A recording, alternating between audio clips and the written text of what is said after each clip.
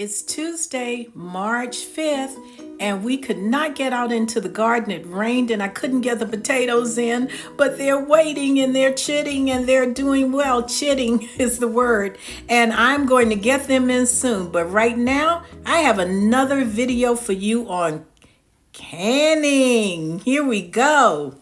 Hello, hello, hello. Welcome, everyone. You see it, you got it. We are going to talk about pressure canning today. I know you're thinking, pressure canning, look at that big thing. I don't know if I could do it. I don't want my food to cause me botulism. I don't want it to blow up in my kitchen. And what did I do if I didn't do it right?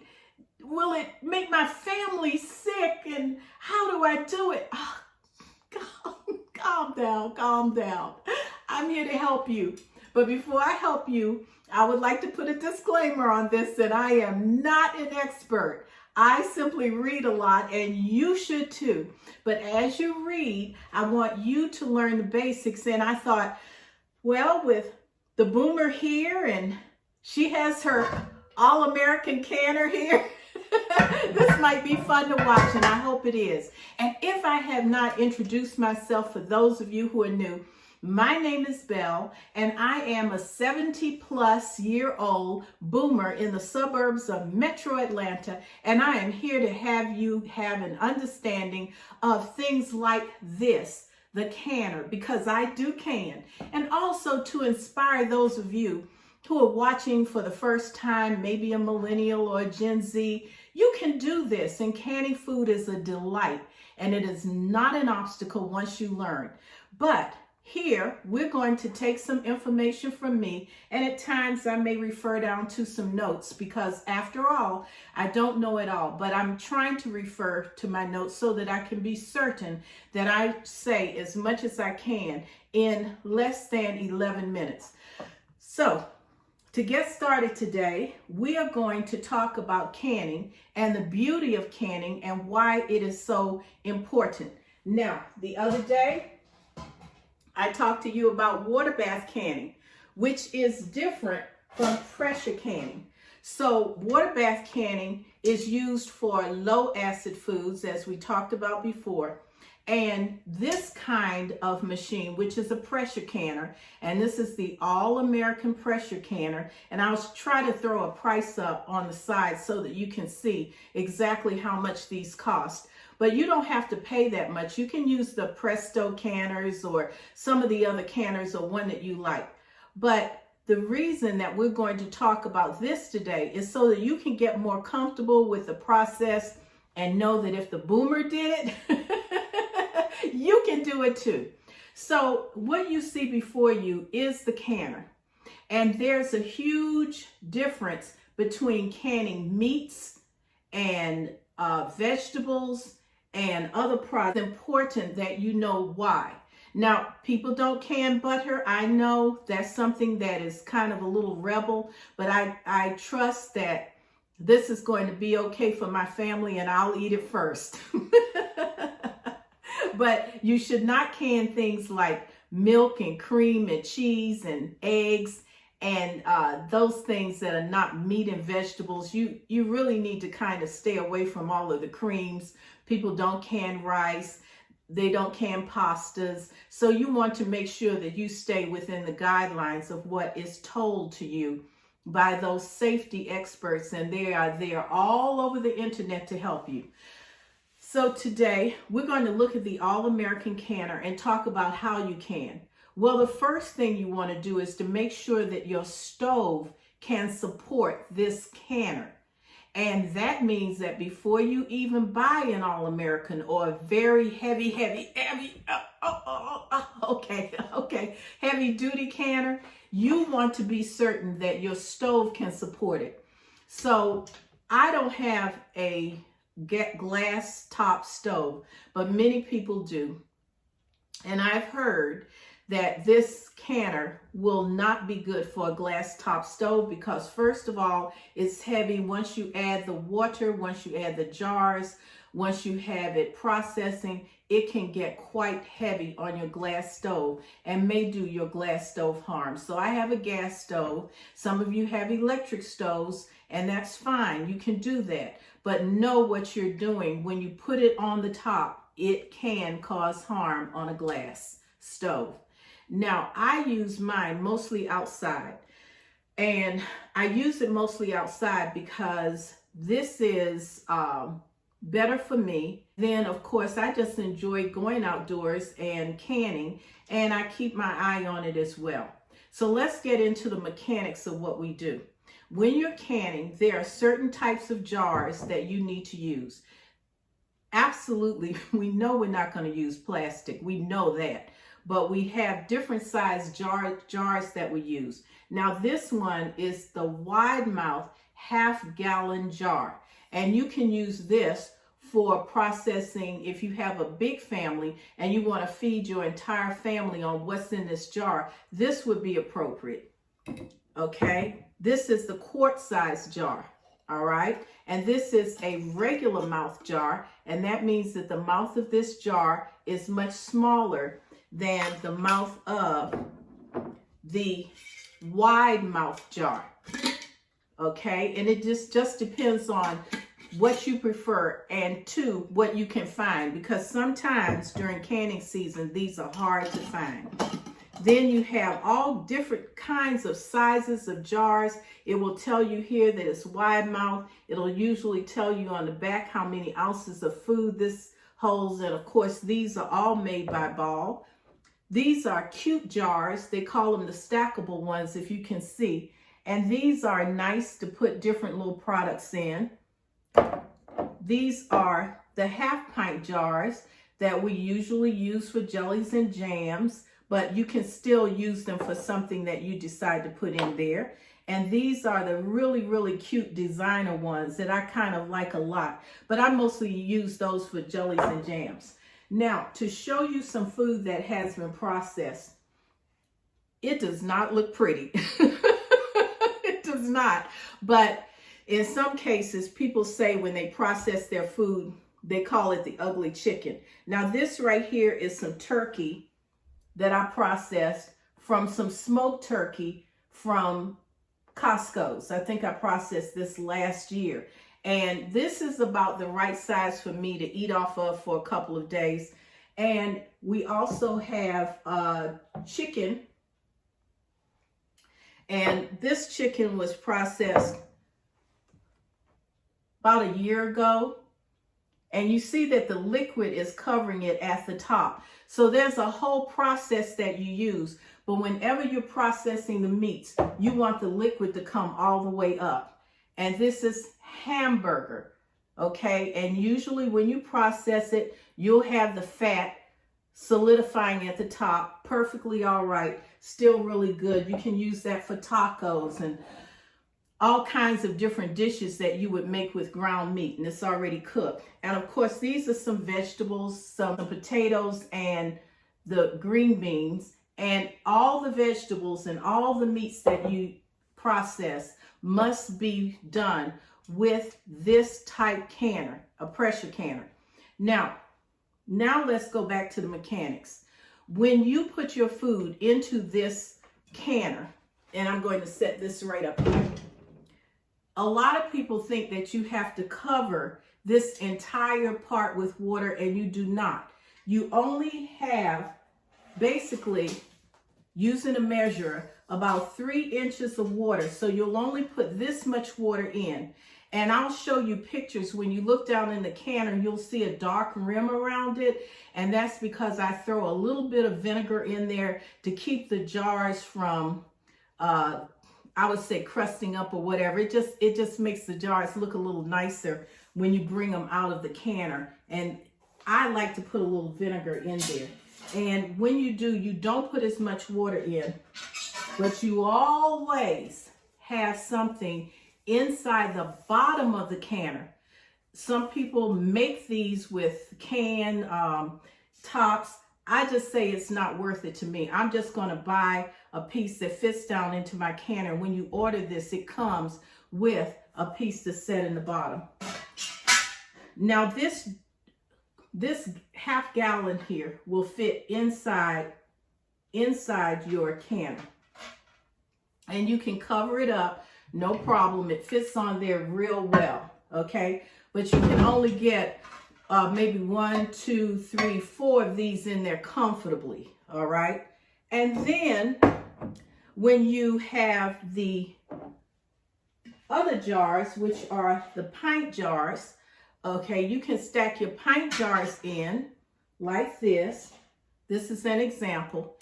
And then because it's so deep, the All-American is so deep, you put this on top of it, on top of the can, set it in there, and then you can stack another row of jars on top. So conceivably, you can stack up to maybe 5 or 6 jars on the bottom, and then another 5 or 6 jars on the top. And then you can put your lid on. Notice that we'll put this in here just as an example. And your lid can go on safely without a problem, okay? And I'm going to put it in here.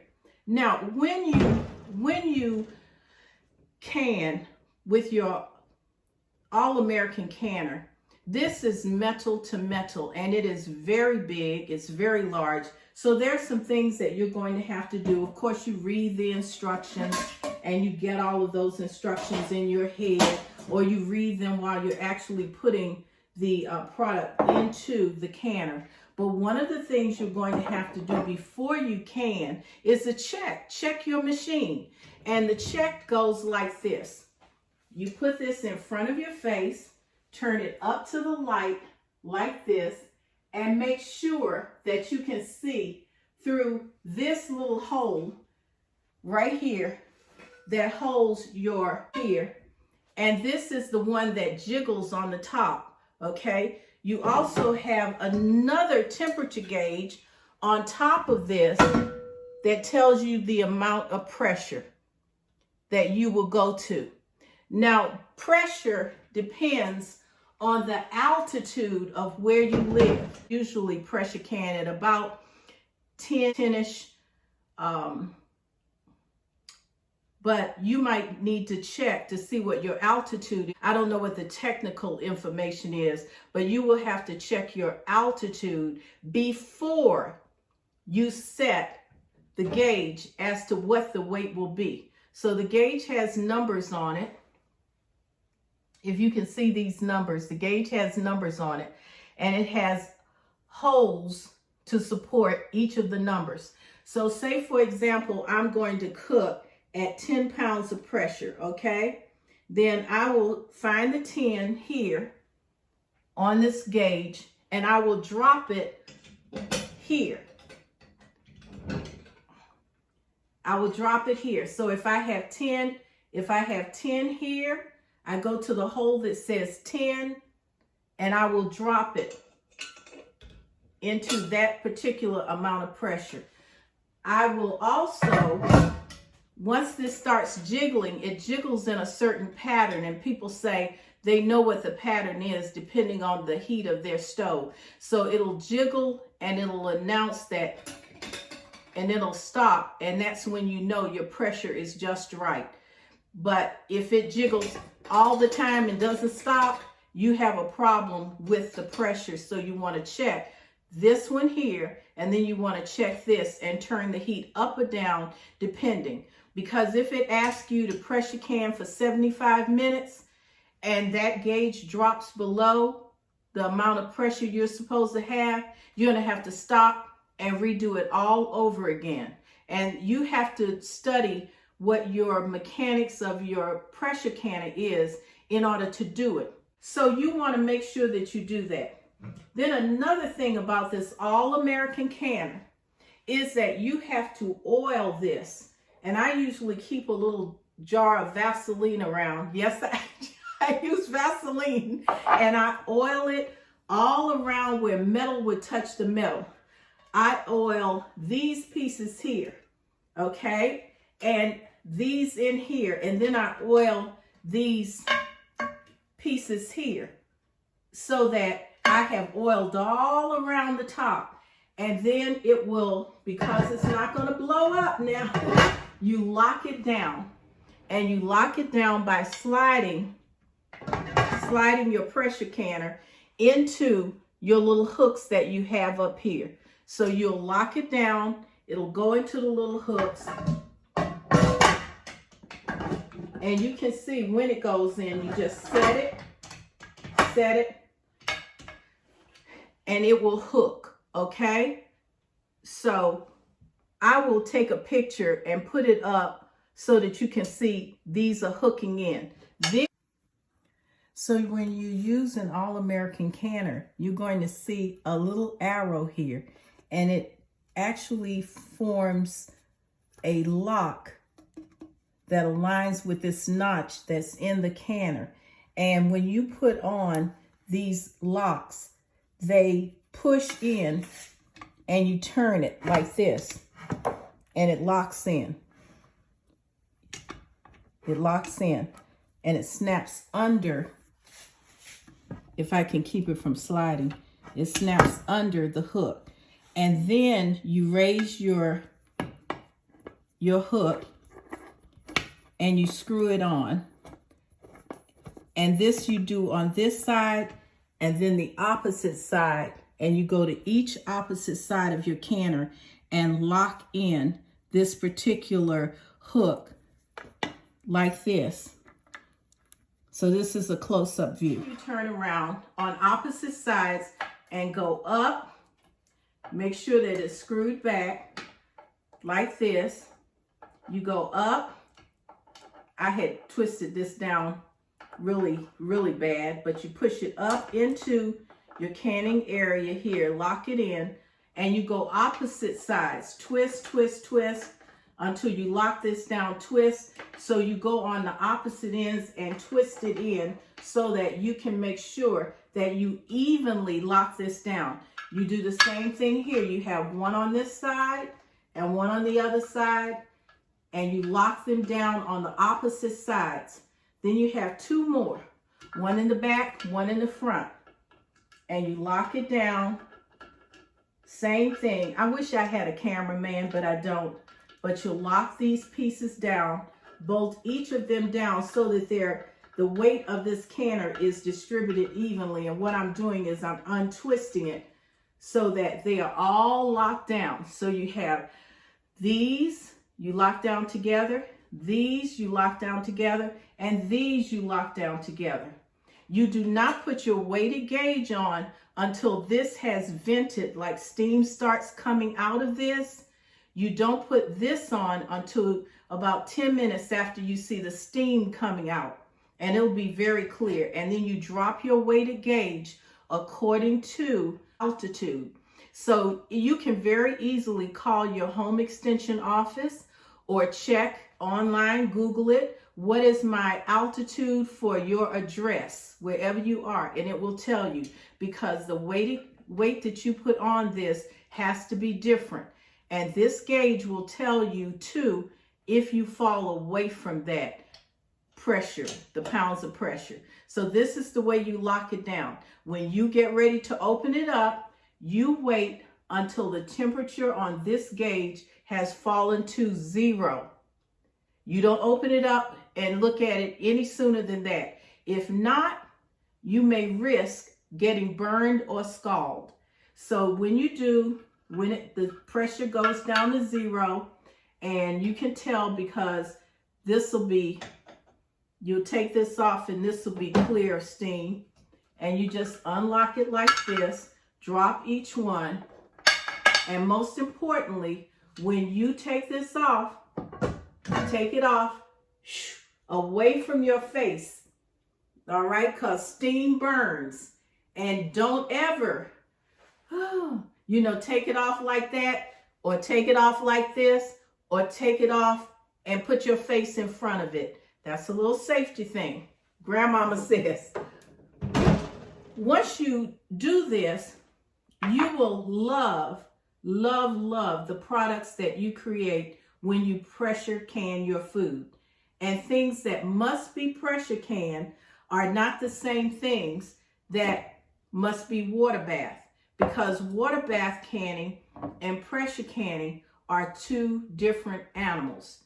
You don't pressure can certain things. So that I won't steer you wrong, you should not can butter, milk, all kinds, cheese, cream, all kinds, yogurt, eggs, tofu, soy, any of those. Also, any recipe that calls for those ingredients, no mayonnaise, no caramel pudding, no cream soups, no cream vegetables, no refried beans or nut butter, any kind. Don't can peanut butter. You should not can pesto or chocolate. None of it. Not even the good kind. Okay? Got it? Good. Because I obviously didn't get the memo. But don't you do it. People advertising that they are rebel canners. Because my grandmama used to do it this way, grandmama didn't get sick because once she took that food out of the canner, out of the hot water, because there probably weren't pressure canners around. I know they weren't around when my grandmama was alive. But once you take it out, the reason that they had a safety thing is because they would let their food go for hours, maybe 4 or 5 hours. They would boil. And then when grandmama took whatever it was she was preserving out, she'd let it boil another 5 or 10 minutes. Boiling, okay? So this is the reason why you want to make sure that you use this pressure canner. Follow the directions, and in all the Ball books, they will tell you how long you do it, for how safe it will be, what the weight of your gauge should be, what the heat should be. And I like the All-American because it has the gauge, okay, the heat gauge, and it has this, which will give you an idea of the jiggling, the pressure piece on there, the weighted gauge. You have 2 ways of telling on the All-American. And so far, so good. I'm still here and I eat my canned foods or jarred foods all the time. So these are kind of like the basics of what you need to know. But definitely don't be afraid. Don't worry. If you follow the directions that are given, you won't have any problems. 22 minutes? I can't believe I've talked that long. Okay, I'm going to cut this thing. Whatever it is that they've unsealed, it can keep in the refrigerator for a few days. Use these to close them back up once you finish with them. Just use a plastic top or a lid. Skills that you need. One of the viewers asked me, where did I get this from? This is found on Walmart and Amazon, and this is what you use to remove your jars from hot water, and this is what you need to use when you put your jars down in the very hot water. But when you take them out, you can't take them out without having some kind of a jar lifter.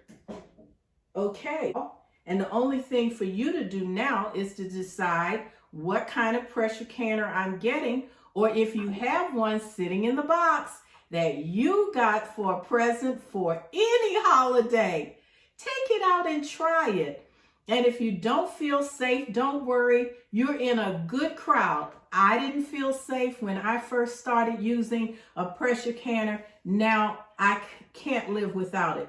They're easy to keep. I usually wash this with soapy water, hot soapy water, and they're just wonderful to have. And if you don't have an All-American canner, just get a Presto or some other kind.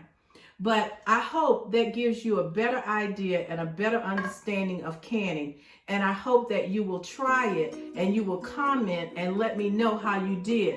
Now, is this thing heavy? As I said before, yes, it's heavy. But if I can carry it, you can. This is Belle with Boomer'S telling you that I love you, and that is why I am here. I hope that this little demonstration has inspired you to can your food. Bye-bye.